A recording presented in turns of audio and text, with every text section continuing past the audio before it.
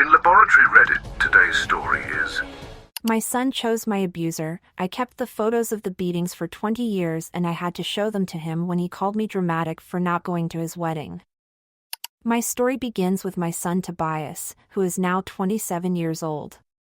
He came into my life during my first marriage to a man named Ronnie, a relationship that left me with deep emotional scars that I still carry with me. I must be honest, Ronnie was an abusive man, and although remembering that time in my life is painful for me, I feel it is important to share my experience. No woman should go through what I went through. At first, Ronnie seemed like the perfect man. He was affectionate, considerate, and charming. He knew exactly what to say and do to make me feel unique and special. For a while, I truly believed that I had found someone who would value me for who I was. However, everything took a dramatic turn when I became pregnant with Tobias. What began as a love story quickly turned into a nightmare. We married in haste, and almost immediately after the wedding, Ronnie revealed a side of his personality that he had never shown before. At first, he disguised his controlling behavior as genuine concern. He constantly wanted to know my whereabouts and my activities, justifying it as an interest in my well-being and that of the baby. But it soon became clear that his supposed concern was actually a desire for total control over my life. He found fault with every place I went, every person I spoke to, and his mistrust was constant, even though I never gave him reason to doubt me. Gradually, he distanced me from my closest friends, who were my only support system.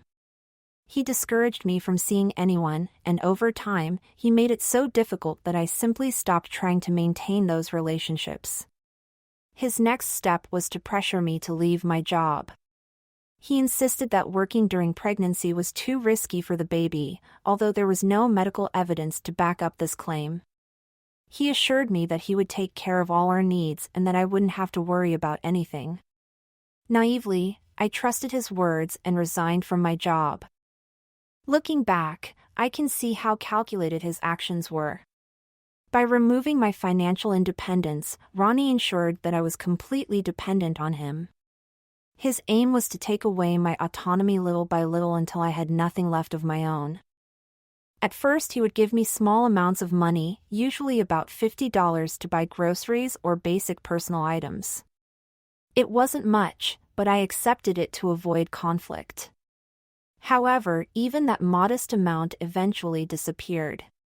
He started accusing me of making unnecessary purchases and wasting his money, as if I didn't even have the right to cover my most basic needs. Pregnancy is a time of particular vulnerability for any woman, and cravings are a natural part of this experience. But every time I expressed a desire for something specific, whether it was a particular food or a small treat, Ronnie dismissed it immediately. He refused to buy anything I asked for, arguing that my cravings were childish and unnecessary. It was deeply humiliating to have to beg for essential things, only to be constantly rejected or criticized. The last months of my pregnancy were especially difficult. My body was exhausted, my legs ached constantly, and even the simple act of moving around the house had become a challenge. I could hardly stand for long periods of time, let alone cook or do housework. Instead of showing understanding or offering help, Ronnie intensified his abusive behavior. He demanded that I continue to attend to all his needs, no matter how much pain or tiredness I was experiencing. He accused me of spending the whole day lazing on the sofa, saying that the least I could do was to attend to him without complaining. On days when I couldn't keep up the pace he demanded, his anger would spiral out of control. He would shout at me, calling me a bad wife and accusing me of being lazy and ungrateful. He would threaten to throw me out on the street, warning me that if I didn't get my act together I would be left with nothing. These threats terrified me because I was aware of how dependent I had become on him during the pregnancy. When I broke down and cried, begging him to understand how difficult everything was for me, he reacted with physical violence, hitting me in the face or pushing my face against the walls. He would tell me that being pregnant didn't make me special, that I wasn't a queen deserving of special consideration, and that I should stop behaving like a child. At those moments, I felt completely dehumanized. I was carrying his child in my womb, enduring all the physical and emotional strain of pregnancy, and yet he treated me as if I were just an inconvenience in his life. The constant fear, humiliation, and physical pain combined to create an overwhelming feeling of hopelessness. Every day felt like a battle to survive. My only ray of hope was to think that maybe, when Tobias was born, things might somehow improve. Now, looking back, I realize how trapped I was and how much strength it took just to survive each day. To be completely honest, if I had had a family to support me, I wouldn't have stayed with Ronnie for so long. I would have packed my bags and left the moment things started to get worse, but life didn't give me that option. My mother had passed away years before, and my father was a drug addict, someone who only communicated with me when he needed money. He was, quite simply, a freeloader, never someone I could trust for help or support. Apart from them, I had no other close family members who could offer me a way out. I was unemployed, pregnant, and completely alone. As terrible as it was, staying with Ronnie seemed to be the only option available. When Tobias was born, I held out hope that Ronnie might change. I constantly prayed that becoming a father would soften his heart, that seeing his son would reveal to him the joy and responsibility of raising a child, but abusive men rarely change, and Ronnie was no exception. Ronnie made it painfully clear that he had no interest in being a father. He wasn't even capable of holding Tobias for more than 5 minutes. He didn't change a single diaper, he never stayed up through the sleepless nights, and he never comforted our son when he cried. Every single task involved in caring for a newborn fell exclusively on my shoulders, and I faced them completely alone. It was as if Tobias didn't have 2 parents, he only had me. I took care of Tobias through every sleepless night, every feed, every moment of exhaustion and worry, and as difficult as it was, I loved him with all my soul. He became my reason to carry on. In the midst of my darkest days, he was my light. As Tobias grew older, I realized that staying with Ronnie was dangerous. I couldn't continue to raise my son in an environment full of anger, neglect, and abuse. I decided that the only way forward was to regain my independence. As soon as Tobias was old enough, I went back to work. Finding employment after years out of the job market was no easy task, but I was determined. With every paycheck, I began to save in secret, hoping to eventually have enough money to leave Ronnie for good. It became my main goal, to free us from him so that Tobias and I could have the chance of a better life. During this time, Ronnie's abusive behavior towards me never diminished. He continued to treat me with the same cruelty, and every day I lived in fear, not only for myself, but also for my son. The thought that his anger might be directed at Tobias tormented me constantly. I did everything in my power to protect my son. But despite my efforts, the day I feared the most finally arrived. Tobias was just 6 years old when it happened. We were in the backyard. I was teaching him to ride a bike. It was a gradual process, as is often the case with children, and Tobias fell frequently while trying to keep his balance. I remember gently encouraging him, telling him that it was okay to fall and that he was doing very well. Ronnie, however, was watching us from afar, and his patience quickly ran out. He started yelling at Tobias from across the yard, scolding him for falling over and over again. Tobias looked terrified, but before he could intervene, Ronnie came over furiously. He grabbed Tobias roughly by the shoulder and shook him violently, shouting in his ear as if somehow that would make him a better cyclist. Tobias was so scared that he wet himself right there on the spot. That incident seemed to enrage Ronnie even more. Instead of understanding our son's fear, his anger intensified. He slapped Tobias hard across the face. The sound of that slap was like a stab in my heart. Tobias burst into tears and I could see the fear and confusion in his little eyes. I didn't stop to think, I just acted. I pushed Ronnie away and pulled Tobias into my arms, holding him tight as I whispered that he was safe, that I wouldn't let anything else happen to him. But Ronnie wasn't finished. He started to hit and kick me, landing blows on my back while he shouted insults at me. He called me an incompetent and weak mother, blaming me for the fact that Tobias couldn't ride a bike, as if that were a great failure on my part. That night, after the incident in the backyard, my body was covered in bruises. I looked at myself in the mirror and knew that I could no longer hide the marks.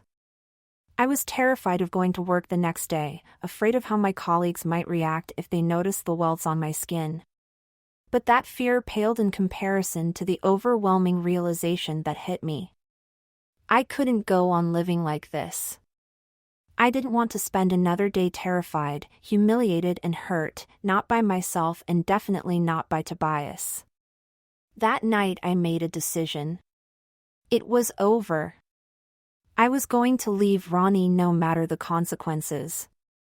The next morning, while Ronnie was at work, I quickly packed everything I could fit into some bags. I made sure to gather Tobias' essentials as well, moving as quietly as possible so as not to alert the neighbors. My heart was racing the whole time. Before leaving, I left Ronnie a note. It was brief and to the point. I informed him that I was ending our marriage, that I couldn't continue living like this, and that I wanted a divorce. Then, taking Tobias by the hand, I walked out the door. We headed to a nearby motel, far enough away to feel some distance from Ronnie, but close enough to be able to plan my next steps. As soon as we got to the room, I turned off my phone. I knew Ronnie would be furious when he returned home and found us missing, and that he would start calling me and sending me angry messages. I didn't feel ready to face his fury yet. That night, for the first time in years, Tobias and I slept peacefully in the motel. There was no shouting, no fear, no chaos, just a calm silence. It was the first glimpse of the life I longed for us to have, a life free from Ronnie's control. Lying there in that motel room, I felt even more certain that leaving my ex was the right decision. The next morning, I made the mistake of turning my phone back on, and as soon as I did, it was flooded with hundreds of messages and voicemails from Ronnie. Each one was more cruel and threatening than the last. He called me names. He threatened to kill me, called me a useless wife and mother, and swore he would take Tobias away from me. The messages made my blood run cold, but I tried to stay calm, reminding myself that I needed to be strong. What I didn't know was that Ronnie had kept even tighter control over me than I had imagined. Sometime during our marriage, he had secretly shared the location of my phone with his device. I had no idea he had been tracking me all this time. When I activated my phone's location services that morning, I unknowingly made it easier for him to find where we were, and that's how he located us at the motel and came immediately to confront us. When I saw him standing outside the door, I felt like the world was caving in on me. The terror I experienced at that moment is indescribable. He started banging on the door, shouting at the top of his voice and threatening to break it down if I didn't open it. The uproar he was causing was so intense that I felt I had no choice but to open up, hoping to be able to calm the situation down. As soon as I did, he burst in, furious, and started kicking and hitting me without control. I fell to the floor crying and begging him to leave me alone, but he didn't stop. Tobias, hearing the commotion, ran to try to protect me. My little boy, only 6 years old, came crying to my side, begging Ronnie to stop hurting me, but Ronnie's anger was directed at him. He kicked him and yelled at him for interfering between us. Seeing him hurt my son gave me the strength to overcome my fear. I immediately took Tobias and ran to the bathroom, locking the door behind us. Inside, I hugged Tobias, trying to comfort him while my mind searched for a solution. I was terrified that Ronnie would break down the door, but I knew I had to act fast. I called 911, my hands shaking as I explained what was happening. Hearing Ronnie screaming outside the bathroom, still threatening to kill us both, was terrifying, but the operator assured me that help was on the way. When the police arrived, they finally arrested Ronnie. Even as they took him away, he kept shouting that he would kill Tobias and me when he got out. His words chilled my blood, but I knew this was my moment to free myself. I couldn't let fear paralyze me any longer. That week I filed for divorce and obtained a restraining order against Ronnie. I hoped this would finally put an end to his reign of terror, but to my frustration, he was not sentenced to prison despite everything he had done. He was released with no real consequences for his actions, which only reinforced my disillusionment with the justice system and how it so often fails the victims of abuse. During the divorce proceedings, Ronnie did everything he could to drag things out and make the process as difficult as possible, but after months of fighting, I finally got my freedom. Once the divorce was finalized, I decided to move out of the city completely. I wanted to start over far away from the memories of that traumatic chapter. Tobias and I packed up and moved to a new place where we could rebuild our lives. With the restraining order we had against Ronnie, I knew he could no longer bother us. As time went by, life gradually began to improve. I met my second husband, Henry, a kind and understanding man who showed me what love and respect were really like. Henry has been a blessing in our lives. Not only did he support me in my recovery process, but he also took on the role of father to Tobias without hesitation. He treated Tobias as if he were his own son, giving him the love and stability that Ronnie was never able to offer. When Tobias went to college, Henry was there every step of the way to help and support him. He helped pay for the semester fees and covered other expenses to make sure he could concentrate on his studies without financial worries. When Tobias mentioned that he wanted a car, Henry surprised him with one as a Christmas present, and when he needed an apartment after graduating, Henry didn't hesitate to help him find one and even paid the first 6 months' rent so that Tobias could save and get off to a good start in his independent life. Henry has always been the kind of person who quietly goes the extra mile for those he loves, and Tobias was no exception. Whenever Tobias needed anything, Henry was there without question or hesitation. So when Tobias informed us this week that he was getting married to his partner, Henry and I were overjoyed. We were thrilled at the idea of celebrating such an important moment in his life, but our happiness quickly turned to shock when Tobias gave us some unexpected news.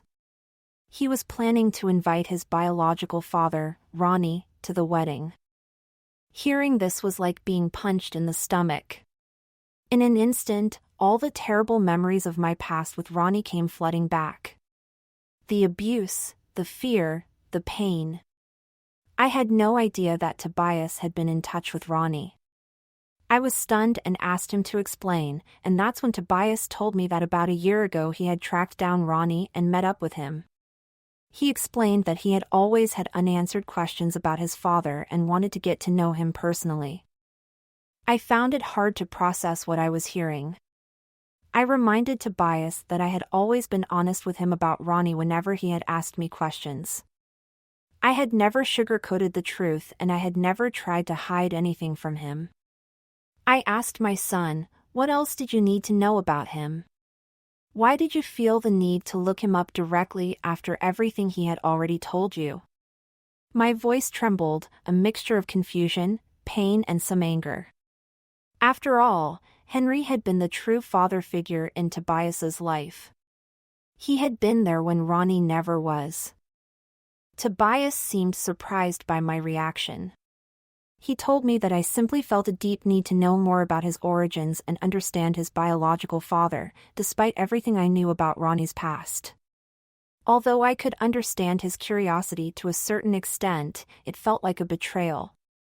And now Tobias wanted to bring this man to what should be a joyful celebration of love and family. I couldn't imagine being in the same room as the man who had abused me for years and had hurt Tobias when he was just a little boy. I felt devastated and confused. Tobias told me that he wanted to see for himself if Ronnie was really as bad as I had always described him. He admitted that his childhood memories were fragmented, with only bits and pieces that he could remember, but that much of what he knew about Ronnie came from me. He felt as if he were questioning my truth. The years of suffering that I had endured, as if my words were not enough. My son went on to say that despite everything Ronnie had done to me, he wanted to give his biological father a chance. Over the past year, Tobias explained that he had been getting to know him and had even come to enjoy spending time with him. According to Tobias, Ronnie had changed and now seemed like a nice person. I looked at him in disbelief and pain. Then Tobias gave us the part that hurt both Henry and me so much. He informed us that not only was Ronnie invited to the wedding, but that he planned to introduce him to everyone as his real father. Tobias made it clear that he did not see Henry, the man who had been there, had raised him and had supported him in every way, as his real dad. Instead, Ronnie, the man who had abandoned and abused us, was to receive that title. I looked at Henry and saw his face crumble. It was as if Tobias had pulled the rug out from under him, dismissing years of love and sacrifice with a single sentence. Henry didn't say a word, but I could see the pain in his eyes. He had never treated Tobias as anything less than his own son, and now he was being completely cast aside by Ronnie. As for me, I was devastated. The fact that my own son was willingly inviting Ronnie, my abuser, back into our lives was incomprehensible. I couldn't understand how he could ignore everything I had been through, everything Ronnie had made us both suffer. Did my pain mean so little to him? Did Henry's love and care mean so little compared to Ronnie's DNA? I couldn't help but ask Tobias why he was doing this, why he was hurting the family that had been by his side all these years. His answer was like a slap in the face. Ronnie is my biological father, he said. After all, blood is thicker than water, Mom. It was hard to believe those words came out of my son's mouth. Tobias even went so far as to tell us that if we didn't agree with his decision, then he wanted us to have a minimal involvement in his wedding because his decision was already made. His choice really hurts after everything we had been through together. After all the sacrifices we made for him, Tobias was choosing to put Ronnie at the center of one of the most important days of his life. Since then, both Henry and I have felt deeply hurt and sad. However, Tobias now feels that we are not being understanding enough about his decision. Am I the bad guy? Update 1. For those who are asking about the restraining order against Ronnie, yes, it has expired. When I moved away from Ronnie years ago, I not only got the restraining order, but I also moved to a whole new city. I thought I had taken enough precautions to protect Tobias and me. For a long time, I believed we were safe. I never imagined that Ronnie would return to our lives, and even less that he would be invited back by Tobias himself. It breaks my heart to think about it. The same man who hurt us so much, not only me but also Tobias, is now being invited back into our son's life. Tobias believes that Ronnie has changed, but I know that he hasn't. Abusive people very rarely change. They just learn to hide their true selves better. It scares me to think how Ronnie could have manipulated Tobias to gain his trust. And what hurts me the most is seeing how Tobias seems to be ignoring all the suffering that Ronnie caused us so many years ago.